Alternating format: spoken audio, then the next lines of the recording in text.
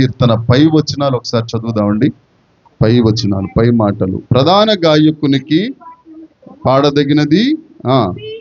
జిఫీయులు వచ్చి దావీదు మాలో దాగి ఉన్నాడు కాడా చెప్పినప్పుడు దావీదు రచించిన దైవ ధ్యానము. దావీదు రచించిన దైవ ధ్యానం. జిఫీయులు తన సొంత వారే వచ్చి, దావీదు గారు మా దగ్గర ఉన్నాడు, నువ్వు వచ్చి ఆయన్ని చంపేయి. సొంతోళ్లే వచ్చి ఆ మాట మాట్లాడినప్పుడు ఆ బాధలో దావీదు గారు వ్రాసిన కీర్తన ఈ 54వ కీర్తన.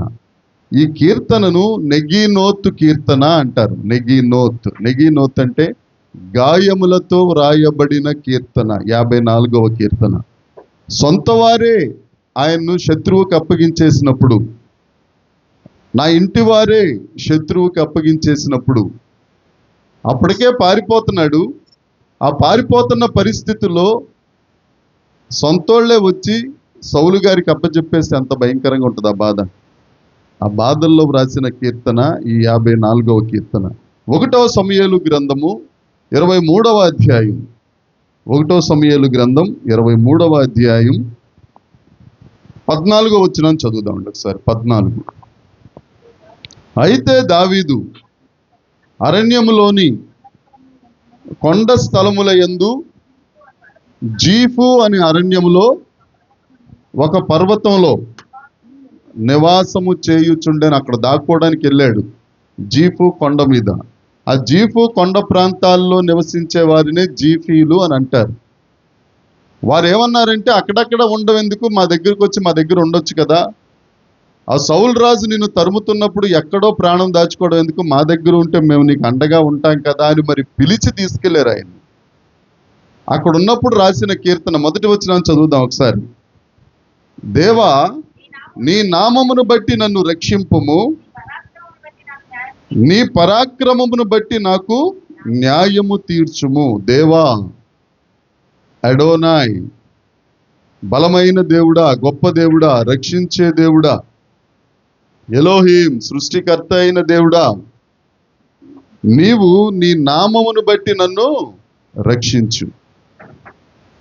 శత్రువులు తరుముతున్నప్పుడు దేవుని వైపే చూస్తున్నాడు దావీదు గారు.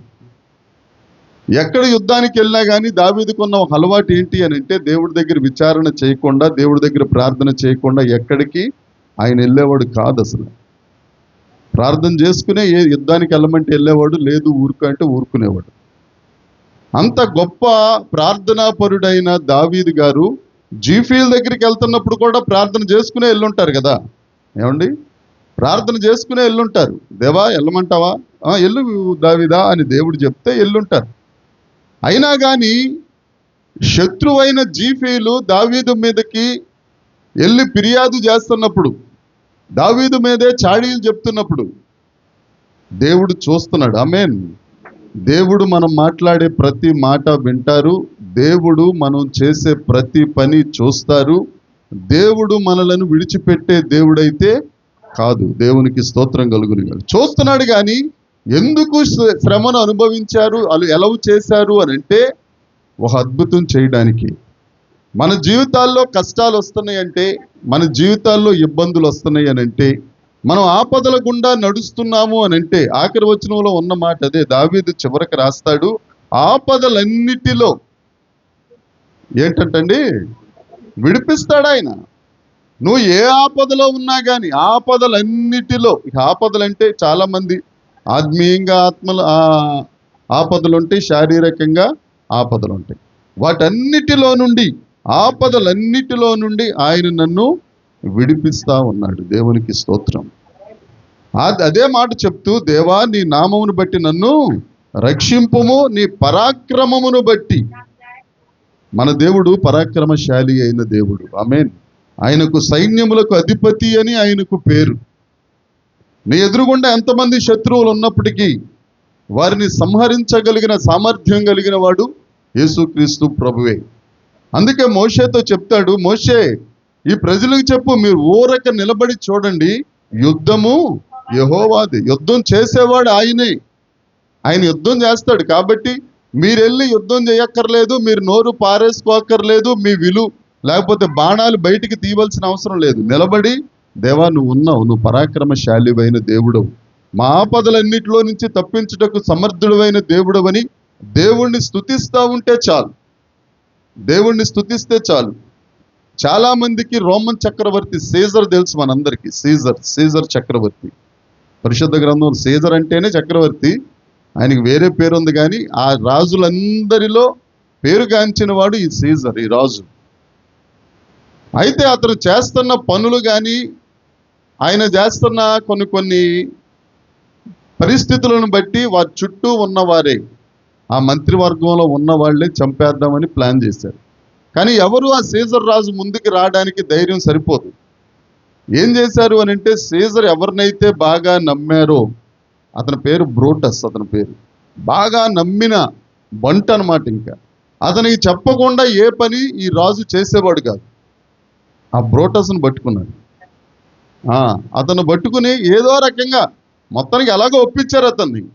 ఒప్పించిన తర్వాత ఆ మంత్రివర్గంలో ఒక్కొక్క కత్తిపోటు పొడిచి వెళ్ళిపోతూ ఉంటే ఆఖరి పోటు ఈ బ్రోటస్ది. కత్తిపోట్లకు అతను చనిపోలేదో తెలియదు. కానీ ఈ బ్రోటస్ పొడుస్తున్నప్పుడు ఆ బ్రోటస్ ముఖం చూసి, నువ్వు కూడానా, అదే ఆఖరి మాట, నువ్వు కూడానా అనేసి ప్రాణం విడిచాడండి. ఎంత పెద్దోడైనా కానీ వెన్నుపోటు పొడవాలన్నా, మోసం చేయాలన్నా నమ్మితేనే చేయగలం, నమ్మకపోతే చేయలేము. మన విరోధులు వచ్చి మనకు వెన్నుపోటు పొడవలసిన అవసరం లేదు, మనం నమ్మిన వాళ్ళే పొడిచేస్తారు. ఈ జీపీలు కూడా అలాంటి వాళ్ళే. ఎంత చక్కగా నమ్మించారో, ఎంత చక్కగా తీసుకెళ్లారో.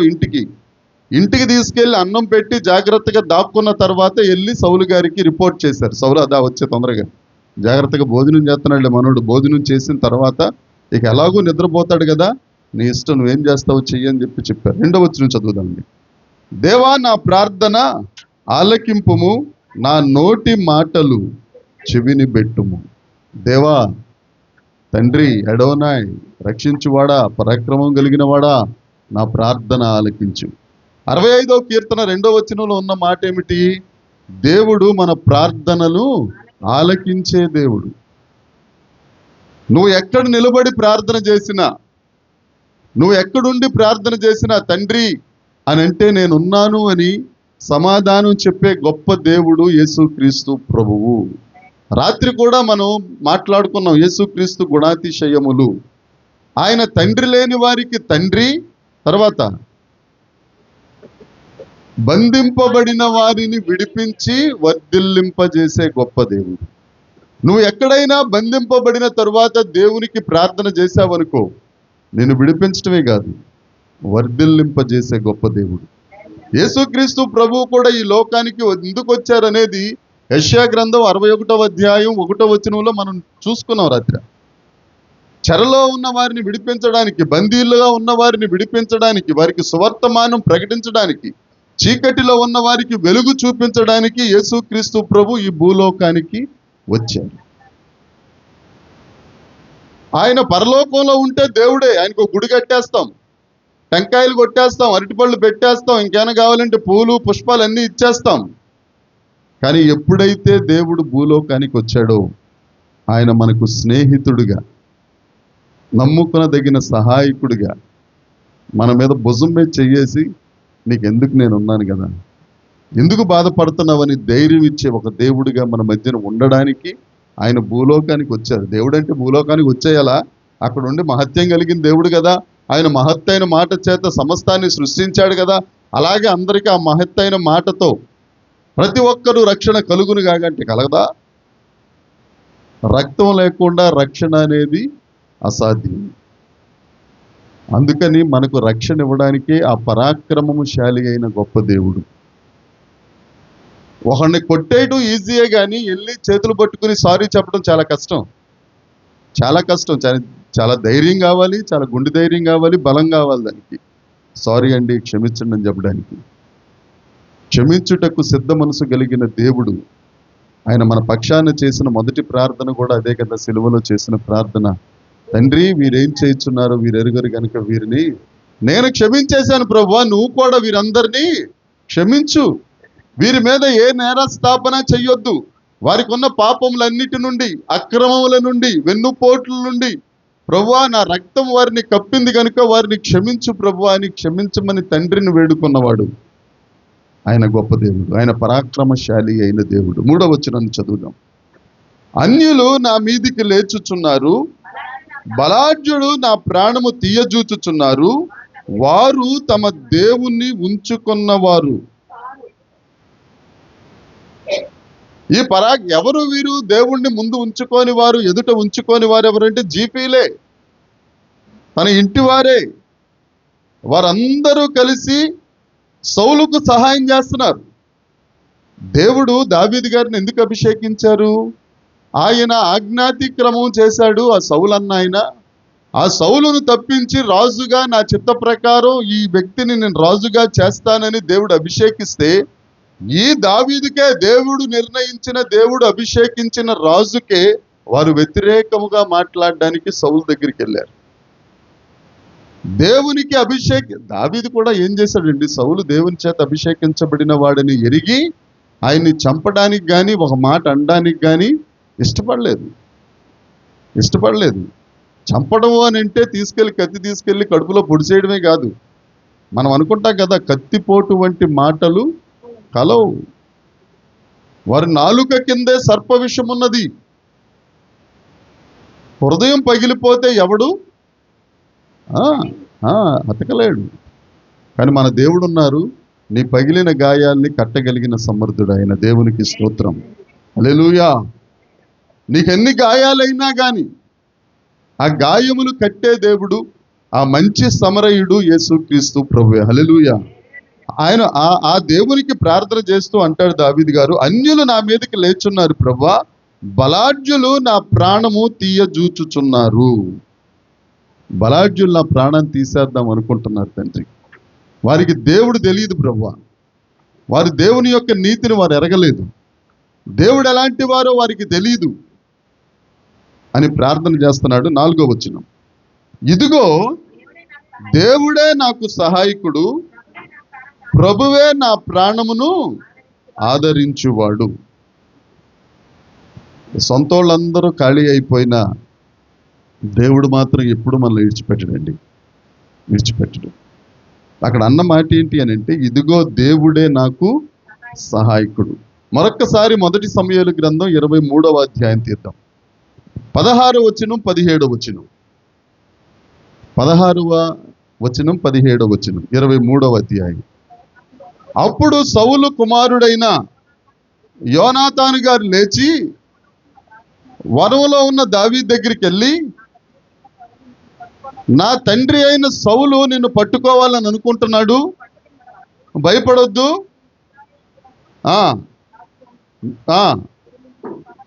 నేను నీకు సహకారిగా ఉంటాను.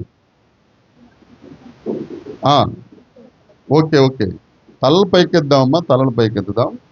జీఫీలు తీసుకొచ్చి దావీదు గారిని ఇంట్లో పెట్టుకున్నారు. ఇంట్లో పెట్టుకున్న వాళ్ళు తీసుకెళ్ళి దావీదును చంపజూస్తున్న సౌలు గారికి ఉప్పందించారు. అయితే వీళ్ళు సౌలును తీసుకెళ్ళి సౌలుకి దావీదుని అప్పగించేద్దామని వీరు బయలుదేరక ముందే దేవుడి కార్యాలు ఎలా ఉంటాయి చూడండి. ఎందుకంటే ఇదిగో నీవే నా సహాయకుడు, ప్రభువే నాకు సహాయకుడు. హెబ్రీ పత్రిక 13వ అధ్యాయంలో కూడా ఆయన నన్ను విడువడు, ఎడబాయడు, ప్రభువే నాకు సహాయకుడు అని పౌలు గారు కూడా హెబ్రీ పత్రికలో రాస్తారు. God is my helper. ఎలా చేస్తాడు హెల్పర్ అంటే, ఈ జీఫీలు సౌలు దగ్గరికి వెళ్దామని బయలుదేరక ముందే సౌలు ఇంటి దగ్గర నుంచి స్వయాన కొడుకే బయలుదేరి ఎవరి దగ్గరికి వచ్చాడు? దావీదు దగ్గరికి వచ్చాడు. దావీదు దగ్గరికి వచ్చి ఏమంటున్నాడు? దావీదా, మా డాడీ నిన్ను చంపలేడు దావీదా. ఒకవేళ నువ్వు అనుకుంటున్నావేమో, ఈ జీఫీలు అందరు కాదు, ఇంకొకళ్ళు ఎవరు వెళ్ళినా కానీ, దోయకు వచ్చినా కానీ, ఇంకెలాంటి వారు వెళ్ళినా కానీ సౌలు వలన నిన్ను చంపే కార్యక్రమం అనేది జరగదు. దేవుడే కలుగు చేసుకుని యోనాతాన్ని అడవిలోకి పంపించాడా లేదా అండి?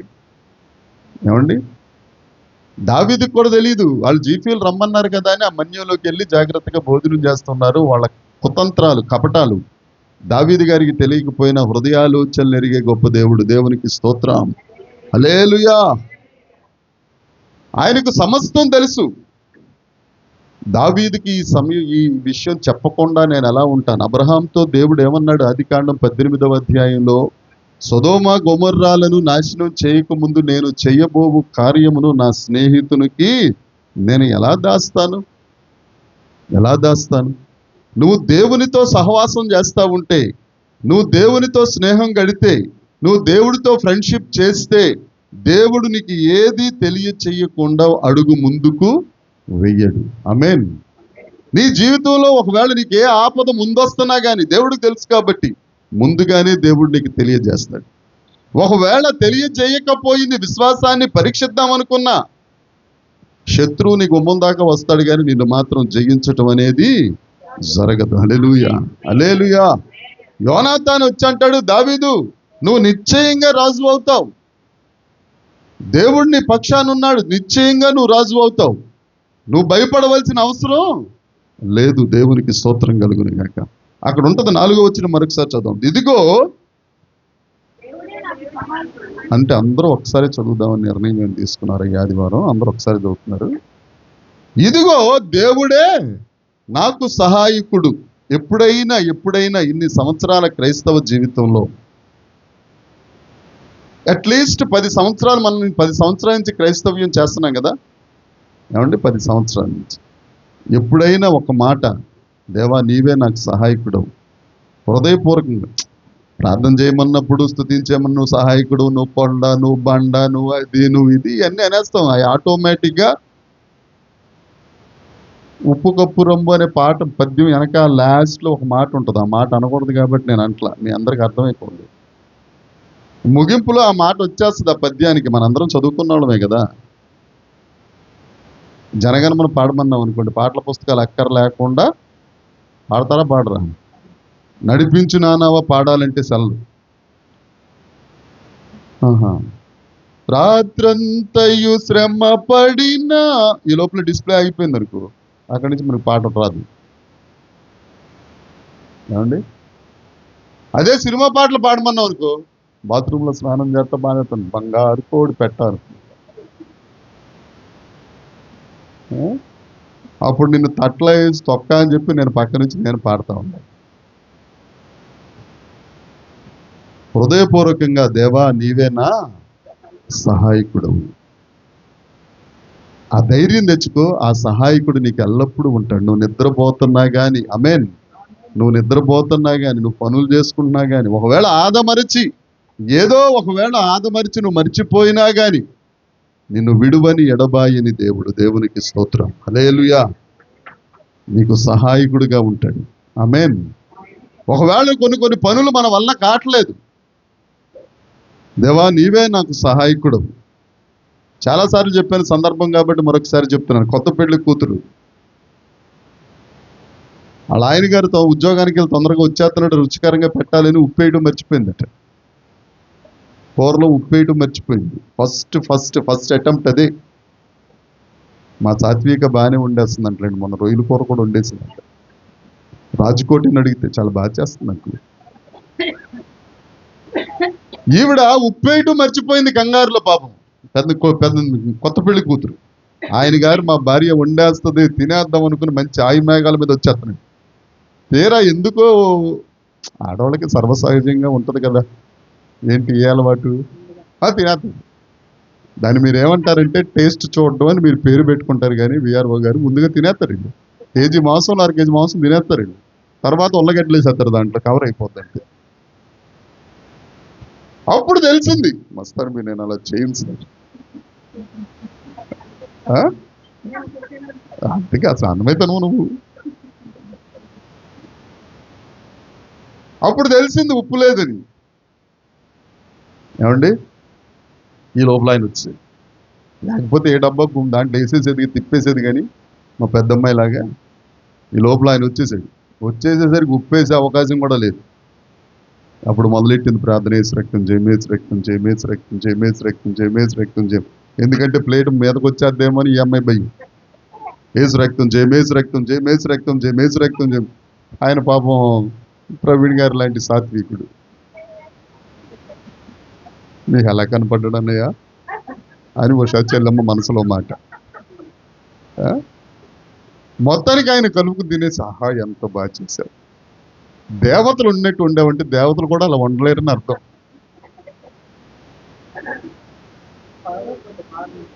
అదే కదా, మొత్తానికి తినేసి ఈవిడ ఏంటి ఎలా తినేస్తున్నాడు, ప్లేట్ వచ్చేయాలి కదా అని లోపలికి వెళ్ళి చూస్తే టేస్ట్ బాగానే ఉంది. హల్లెలూయా. నిజంగా జరిగే చెప్తున్నానండి. అట్లీస్ట్ మీకు అర్థం అవ్వాలండి, మరి ఇంత చీప్గా దేవుడు చిన్న చిన్న విషయాలు కూడా కలుగు చేసుకుంటాడు, కలుగు చేసుకుంటాడు ఆయన. ఆమేన్. అన్ని విషయాల్లో, అన్ని విషయాల్లో ఆపదలన్నిటిలో నుండి కాపాడే దేవుడు. దేవునికి స్తోత్రం. నువ్వు హృదయపూర్వకంగా దేవుడిని నమ్మాలంతే. నువ్వు నాకు సహాయకుడవు ప్రభువా, నువ్వు తప్ప ఇంకొక హెల్పర్ నాకు లేరు ప్రభువా, నా జీవితాన్ని కట్టేవాడు నువ్వే తండ్రి. దేవునికి స్తోత్రం. అమ్మా మీ అందరికీ నా ముందుకొస్తే ఏమైనా సిగ్గా దూరం దూరంగా కూర్చున్నారు? ముందుకు రండి, రండి ముందుకు రండి. కోటమక్క నువ్వు అక్కడే కూర్చున్నావు, ఇంకా రావాలి. సుజాత అక్క ముందుకు రా అక్క.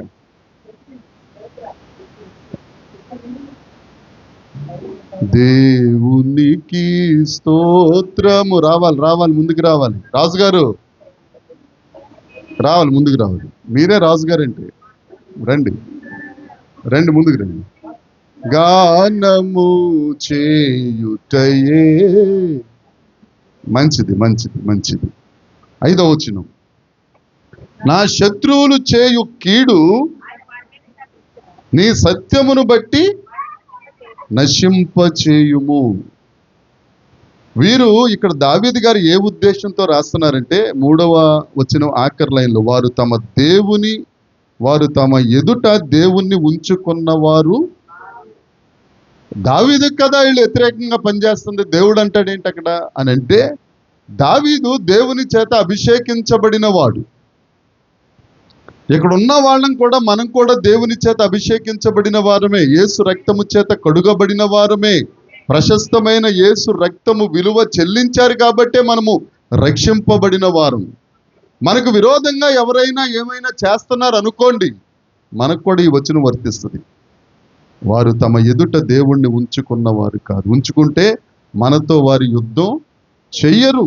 అందుకని 5వ వచనంలో అంటారు, నా శత్రువులు చేయు కీడు ఆయన వారి మీదికి రప్పిస్తాడు.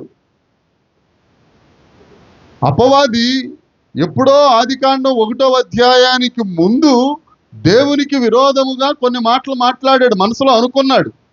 అప్పుడే ఆయన అక్కడి నుంచి కిందకి తోసేశాడు కదా. ఇక పాతాళంలోకి ఎందుకు వెళ్తుంటాడు అని అంటే, మనల్ని శోధిస్తుంటాడు కదా. జాగ్రత్తగానండమ్మా.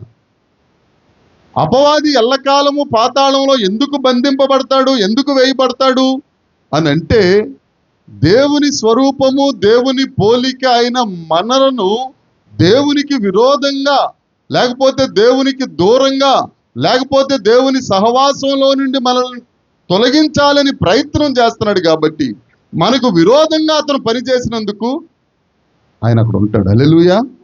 అంటే ఇక్కడ కూర్చున్న మనందరినీ పాపంలోనికి తీసుకెళ్లాలని ప్రయత్నం చేస్తున్న అపవాదికి నివాస స్థలం పాతాళమే. ఆమేన్. లేకపోతే కొంతకాలం విడిచిపెట్టాడు కదండి. విడిచిపెట్టాడు లేదా చెప్పరేంటి? 1000 ఏండ్ల పరిపాలన చూచిన తరువాత కూడా కొంతకాలం అపవాదిని విడిచిపెట్టాడు లేదా? ఎందుకు విడిచిపెట్టాడు? అప్పటికైనా ఈయన గారు ఏమన్నా మారతాడేమో అని.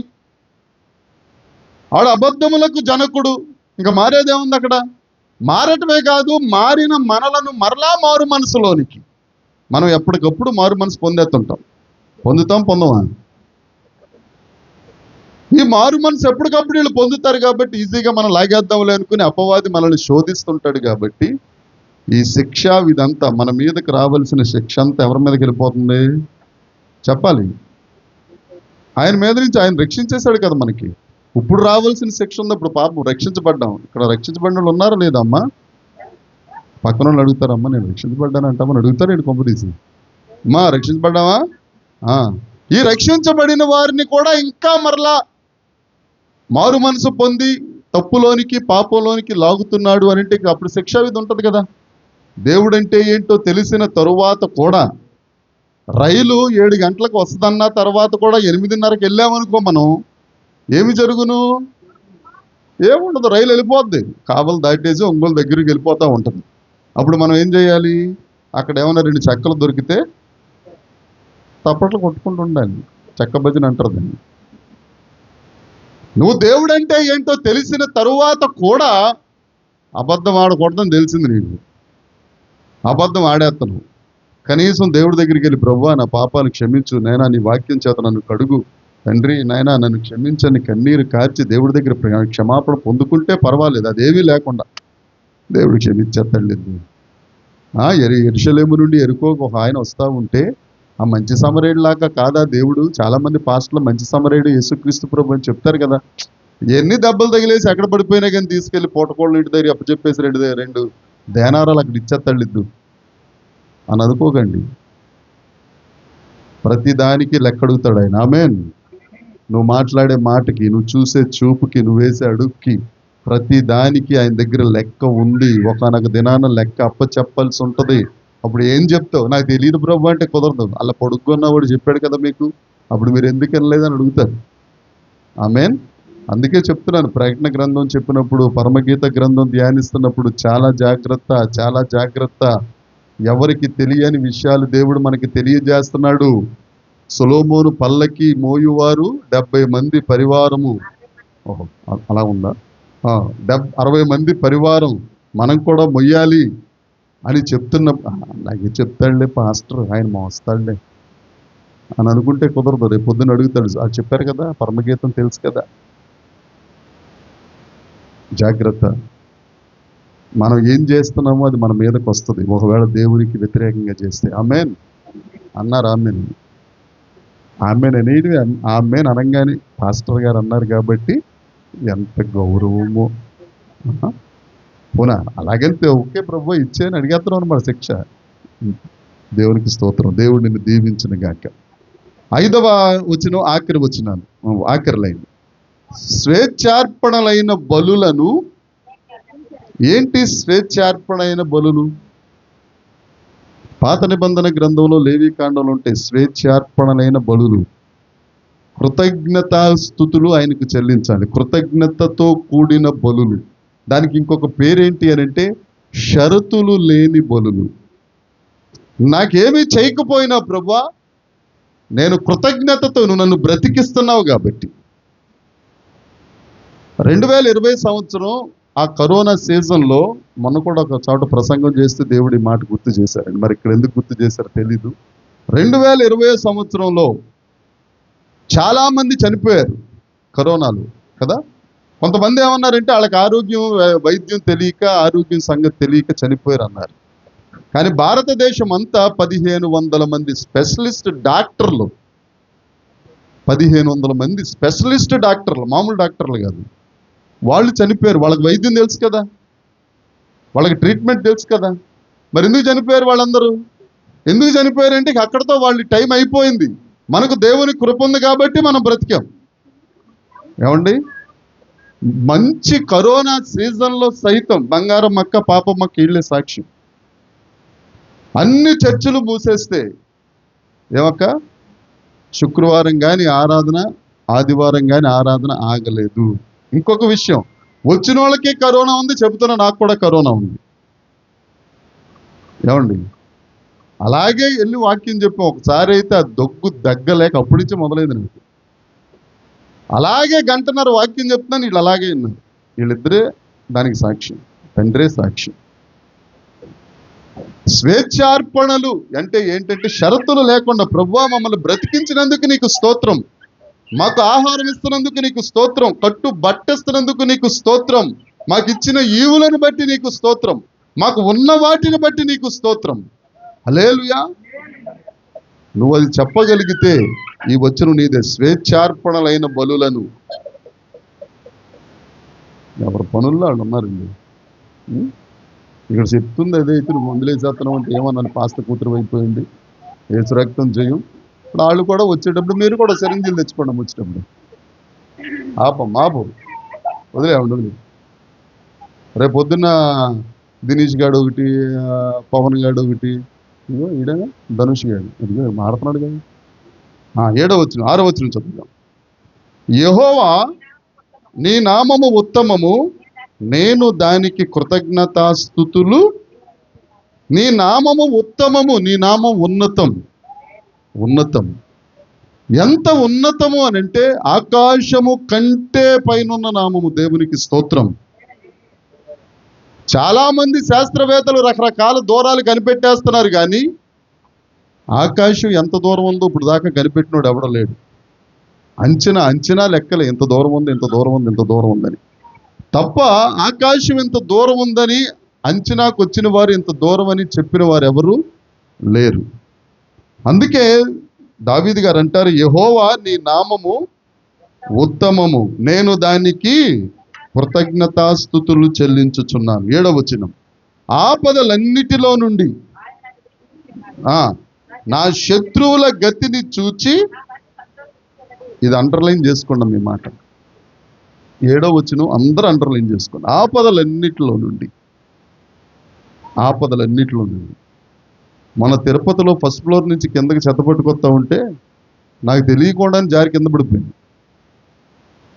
జాగ్రత్తగా 4వ బెడ్ నుంచి డైరెక్ట్గా దిగడం ఎందుకని చెప్పి మరి ఏమనుకుందో, మరి ఏమైందో తెలియదు నాకైతే. జాగ్రత్తగా వచ్చి కింద కూర్చుడిపోయిన అలాగే 2 చేతుల్లోనూ చెత్త. ఆ చెత్త మొత్తం కింద పడింది. మళ్ళీ దాన్ని జాగ్రత్తగా ఎత్తి దాంట్లో వేసుకుని వచ్చి తర్వాత ఎప్పుడుకో ఆలోచించుకుని చెప్దామా వద్దా అని మరుసటి రోజు ఇంకొకరికి అయితే కాలు ఇరిగిపోవాల్సింది. వాసింది, ఇప్పటికీ వాసే ఉంది, కానీ దానివల్ల ఎటువంటి ఇబ్బంది దేవుడు కలుగ చేయలేదు. ఇంకొకరికి అయితే నిజంగా ఈ పాదం ఇలా ఆవిడకి చెప్పలేదు కూడా నేను ఇంకా. ఎందుకంటే కొన్ని విషయాలు మనం ఆడవాళ్ళకి చెప్పామనుకోండి, ఏమి జరుగును? పావలా చేయమంటే అబ్బబ్బే రూపాయి పావలా చేసేస్తారు.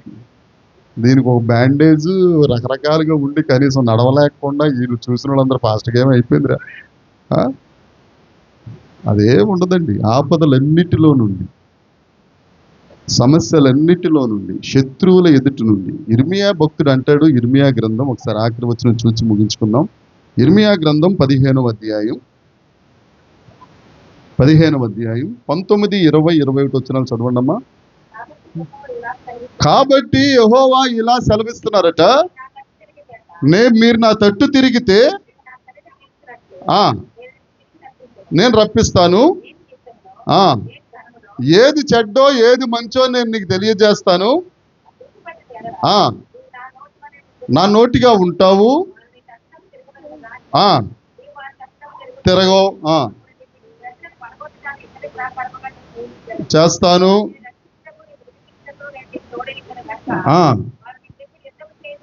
శత్రువు మన మీద యుద్ధం చేయటానికి ఎక్కడ దాకా వస్తారు? గుమ్మం దాకా వస్తాడు. శత్రువు ఎక్కడ దాకా వస్తాడండి? గుమ్మం దాకా వస్తాడు. ఈ గుమ్మం దాకా వస్తున్నాడు, మొదటి మెట్టు ఎక్కాడు అనేసరికి మనం ఏం చేస్తాం? ఎటు దూకేద్దామని అటు వెళ్ళి ఇటు పరిగెట్టి ఇటు పరిగెట్టి ఎటో ఒకటి దూకేస్తాం, ఎక్కడొకటి మనకి ఇరిగిపోతాం. దేవుడి మీద నీకు నమ్మకం ఉందనుకో, దేవుడే నాకు సహాయకుడని నువ్వు ఎరిగావనుకో, నువ్వు ఎటు పరిగెత్తడాల్సిన అవసరం లేదు. నీ ఇంట్లో నువ్వు ఉంటే, దేవునికి స్తోత్రం, యేసు రక్తం జయమని నువ్వు చెప్పుకున్నావంటే, అక్కడ ఉన్న మాట ఏంటి అని అంటే, శత్రువు నీ మీదకి వస్తాడు కానీ వారు నిన్ను, అది ఏంటమ్మా మన మీద విజయం. ఈ లైన్ తపస్సు చేస్తున్నట్టున్నది. బైబుల్ ఇక్కడ చదవకూడదు, మీ ఇంటి దగ్గర చదవాలి. అక్క తెగ చదివేస్తున్నా బొమ్మాస్తారు బ్యాక్ అయితే. ఎందుకు ఇలా రాశాడు ఇక్కడ దేవుడు? శత్రువు అక్కడ దాకా వస్తాడు కానీ విజయం తర్వాత ఆఖరి వచ్చింది 21. దుష్టుల చేతిలో నుండి నిన్ను విడిపిస్తాను. ఆమేన్. ఆపదలన్నిటిలో నుండి, దుష్టుల చేతిలో నుండి, బలాత్కారుల చేతిలో నుండి, నీకున్న అస్వస్థత నుండి, ఆపదలంటే ఇవన్నీ వచ్చేస్తాయి. దాంట్లో విడిపిస్తాడా? విడిపించడా? తప్పకుండా విడిపించాడని నమ్మి దేవునికి స్తోత్రం చెప్పాలి. హల్లెలూయా. ఇప్పుడు విజయ్ కుమార్ గారి గురించి వారి నాన్నగారికి అమ్మగారికి గుండ్ల మీద కుంపటి. ఆడపిల్లలు ఇద్దరు బాగానే ఉన్నారు. కొడుకు ఎందొస్తాడు అనుకుంటే కొడుకు గురించే ఆవిడ కూర్చొని నవ్వుతుంది, కానీ పాపం ఫోన్ చేసినప్పుడు అది సార్ విజయ్ కుమార్ కోసం ప్రార్థించే అవసరం. అదే చెప్తున్నాడు దేవుడు, ఆపదలన్నిటిలో నుండి ప్రభువు మనకు సహాయకుడుగా ఉన్నాడు. చావు గోతి నుండి పైకి లేవనెత్తగలిగిన సమర్థుడు. 40వ కీర్తన 2వ వచనంలో ఉంటుంది, నాశనకరమైన ఊబిలో నుండి, జిగటగల దొంగ ఊబిలో నుండి నిన్ను పైకి లేపి, సరేరా లేపాను కదా అని వదిలేడు, మళ్ళీ ఏం చేస్తాడట, బండ మీద నిలబెట్టి నిన్ను స్థిరపరిచి. మీరందరూ అలా చూస్తున్నారు కాబట్టి ఒకసారి చదవండి అన్నది. స్తోత్ర రూపమగు కొత్త కీర్తన మన నోట ఉంచే దేవుడు. హల్లెలూయా, హల్లెలూయా. అది ఎంత నాశనకరమైన ఊబైనా గుంటైనా కానీ, ఊబంటే ఏంటి, ఒక కాలు తీస్తా ఉంటే కొంత లోతుకి వెళ్ళిపోదాం, ఒక తీసి ఇంకోటి పెట్టే లోపల ఇంకొంత, మొత్తానికి ఊబిలోకి వెళ్ళిపోతాం, పైకి కనపడదు, బురదే కనపడద్ది. మన వల్లే కాదు, ఎంత తల్లి తండ్రులమైనా చూస్తా ఉండడమే తప్ప చేయగలిగిందేం లేదు. ఆ మహాజలరాశులలో నుండి సహితం ఆ దేవుని కరుణాహస్తం, దేవుని దక్షిణ హస్తం ఆ బురదలో నుండి పైకి లేపి బండ మీద నిలబెట్టి, బండ అంటే యేసుక్రీస్తు మీద నిలబెట్టి, నువ్వు జారిపోకుండా నీ పాదాలు స్థిరపరిచి, నువ్వు నోరు మూసుకోకుండా నీ నోట దేవునికి స్తోత్రము గానము చేయుట మంచిదనే కీర్తన పెట్టి, ఆయన స్తుతి నుండే గొప్ప దేవుడు మన దేవుడు. దేవునికి స్తోత్రం. ఆపదలన్నిటిలో నుండి, ఎన్ని ఆపదలు ఉన్నాయో మీరు రాసుకోండి ఇంటికి వెళ్ళిన తర్వాత. ప్రభువా, ఫస్ట్ ఆపద మా ఆయన మాట వింటలేదు, రెండో ఆపద మా ఆయన కొట్టేస్తున్నాడు, మూడో ఆపద మా ఆయన ఇంటికి రావట్లేదు, నాలుగో ఆపద మా ఆయన అలాగా, మొత్తం అన్ని ఆయనల గురించి వస్తాయి మీకు. మొదట రాసేయండి, రాసేసి చేపెట్టి ప్రార్థన చేయండి. ప్రభువా, 54వ కీర్తన 7వ వచనంలో ఈ మాటలు చెప్పావు కదా, ఇర్మియా గ్రంథం 19వ అధ్యాయంలో ఈ మాటలు చెప్పావు కదా, సహాయం చేయండి. ఒకవేళ నీకేమైనా ఆరోగ్యం బాగాలేదా, ఆర్థిక పరిస్థితులుగా ఉన్నాయా, లేకపోతే పిల్లల పరిస్థితులు బాగోలేదా, ఏ పరిస్థితి బాగోకపోయినా కానీ కాగితం మీద రాయి చేయిపెట్టు, ప్రార్థన చెయ్యి. రాత్రి కూడా దేవుడు మనతో మాట్లాడారు, ఏకాంగులను సంసారులుగా చేస్తారన్నాడు దేవుడు. వివాహం కాని వారిని వివాహం అయ్యేటట్లుగా దేవుడు చేస్తారు, ఇంటికి యజమానిగా చేస్తా అన్నాడు దేవుడు. అంతేకాదు, వారిలో ఒంటరి అయిన వాడు 1000 మంది అయిపోతారన్నాడు. ఒంటరిగా ఉన్నవాడు పెక్కుమంది అవుతానని అబ్రహాం గారితో వాగ్దానం చేశాడు. ఆ వాగ్దానం నీకు కూడా సంప్రాప్తం అవుతుంది కదా. చేపెట్టి ప్రార్థన చేయి. ఆపదలన్నింటిలో నుండి ప్రభా నువ్వు నన్ను తప్పించావు. నీకు ఏ రోగం ఉన్నప్పటికీ, ఏ సాతాను శక్తులు నీ మీద పనిచేస్తున్నప్పటికీ ఈ మాట చెప్పు, ఆపదలన్నింటిలో నుండి, దుష్ట శక్తుల బారి నుండి, సాతాను శక్తుల బారి నుండి ప్రభువా నన్ను, నా కుటుంబాన్ని రక్షించు అని ప్రార్థన చేయండి. తప్పగా రక్షించే సమర్థుడైన దేవుడు మన మధ్యన ఉన్నారు. దేవునికి స్తోత్రం. దేవుడి వాక్యం దీవించునుగాక. గొప్ప దేవునికి స్తోత్రం చెల్లిద్దాం. అందరం నిలబడి దేవునికి స్తోత్రం చెల్లిద్దాం.